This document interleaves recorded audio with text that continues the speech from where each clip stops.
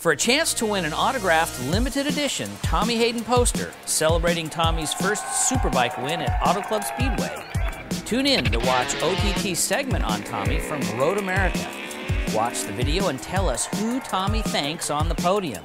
Email your answer to OnTheThrottle.TV at gmail.com for your chance to win one of those limited edition signed Tommy Hayden posters.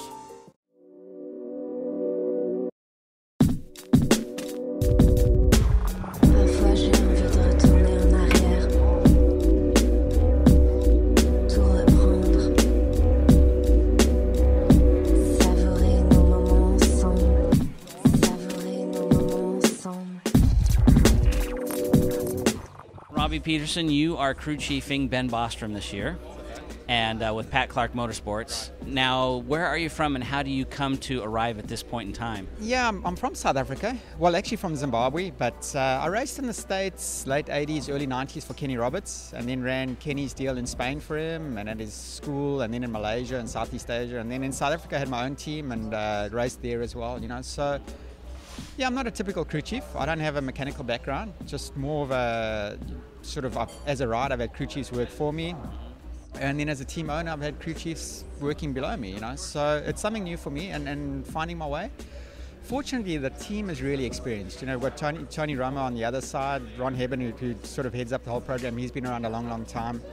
The guys who are working on my crew are same. They've been with Yamaha for a long time, you know. So we've got tons of experience. So tell us, who are the crew guys? What do we got going here? On my side, I've got Chris Roman and Ray Johnson on the chassis. We've got Sander Donkers, who does all the data, and Eric Haslich on suspension. So that's on my side. Then obviously Tony's got his crew. Yeah, we've obviously a new team, bit of a mix. Some guys from the old Honda team and traditional Yamaha guys. And honestly, the team has really gelled well. You know, it's as I say, a new team. We got a late start, and he's really got going in January of this year. We've made a few mistakes this year, no question. You know, Daytona was horrible the first race, you know, with the clutch issue. Fontana, definitely I made some decisions there which weren't so bright. But for the most part, Ben seems really happy with the direction we've gone in. And as I said, the team seems to be gelling very well. Yeah, because he's had a couple of podium finishes. He wants to win badly, you know, for sure. I mean, you know, he was not happy with second at Sears. I was over the moon, honestly. I'm going, hey, you know, we've got to give Josh some credit. The guy's riding good. Ben was happy with the bike, you know. He's just going, he thought he might have been able to ride a little bit better. As I said, Ben, the last sort of three race meetings has been, I think, an example of how a guy should go about his business. You know, he's been awesome in terms of attitude, approach out there on the racetrack. He's been absolutely first class. He's a veteran rider who's ridden all over the world. Yeah. I would think that he has some definite ideas about what he likes in the bike. For sure, and you know, from our point, to make it even worse, and to a certain degree, he's really smart. So you can't fool him. You know, it's some guys you can actually fool a little bit. Ben, make sure you tell him what he wants to know, because he's going to find you out. You know, so yeah, he's really smart. And you know, sometimes it's kind of, sometimes the guys who don't think about it as much as he does, in the long run, it might help him a little bit more. You know, he really analyzes stuff. So when he hits it right, it's going to be right, for sure. He thinks about his riding an awful lot. I know how much effort he puts in, you know, sort of Monday to Friday on motard and motocross bikes and all that. For sure, for me, it was a bit intimidating in the beginning. You know, coming to work for Ben Bostrom, I'm going, you know, I watched him win at Kyle Army and, you know, on the world stage. So yeah, it was a little bit intimidating in the beginning, but you know, he made me feel at home straight away, and like I say, he's really happy with the way the team's going, and as I said, a pleasure to work with at the moment. So yeah, for sure.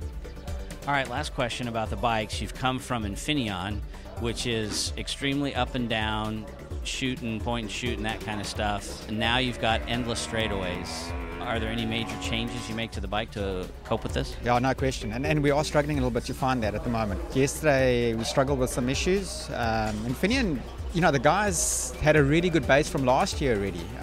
So that was easy for us.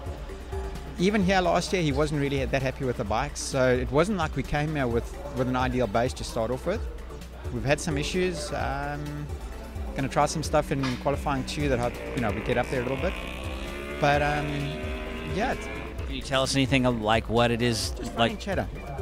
Some bad front end chatter. Yeah, I couldn't even see out there. Like, between the front chatter and the corners, the rear chatter, all the way around the track, because the tire was so out of alignment. Yeah. I just went eyeballs just like that. Anybody will tell you, when it's the worst thing to try and solve. The other stuff, quite often you can kind of figure it out. Chatter, for whatever reason, a lot of it sometimes depends on even a guy's riding style. So it's a horrible thing. Yeah, ask Max BRG. Tell you all about front end chatter. Yeah. All right. Well, thanks for chatting. No, good one. Thanks.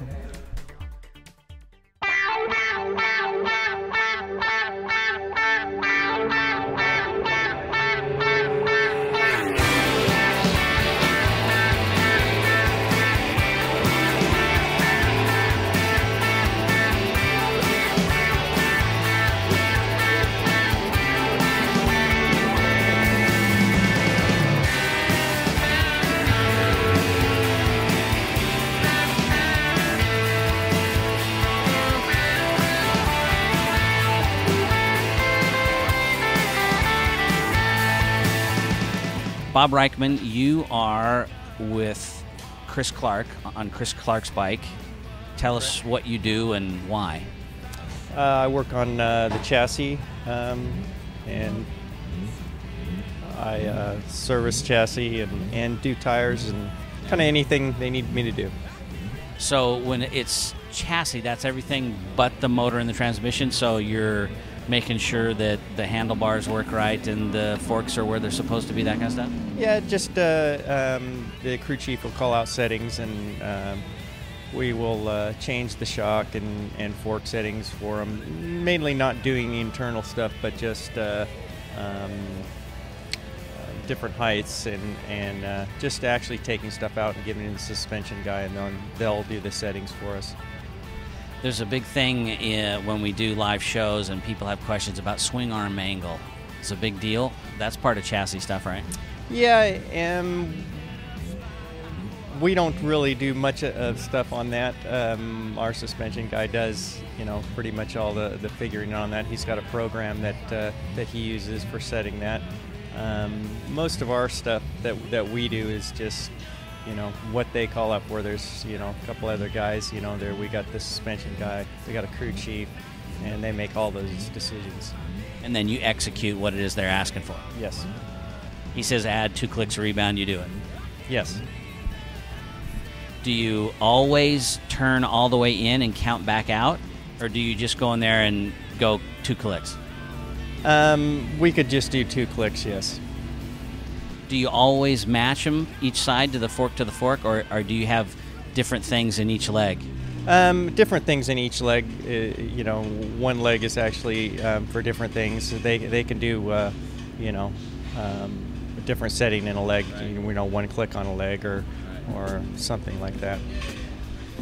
Is it important to keep track of which leg has got what in it? I mean, you don't want to put the left fork in the right side when it should go on the left side? Yeah, it's pretty hard to actually mistake them as one side or the other. Yeah, they're only going one side as far as the way the brakes are attached to the bike. So there's no problem in doing that. So even I couldn't screw that up? I wouldn't think so. You could put it, let's say you could put it up in there and you'd know when you put the front wheel in there. She no fit? No. Yeah. No. Do you have, I've seen sometimes a gauge for measuring things, like when you put a new shock in, there's a gauge that mounts on sometime to check the swing arm angle and all that. Do you have lots of jigs for things? Yes, that tool is for ride height, and we would check the ride height with that tool. Very cool. Yeah. Well, thanks for sharing. Thank you.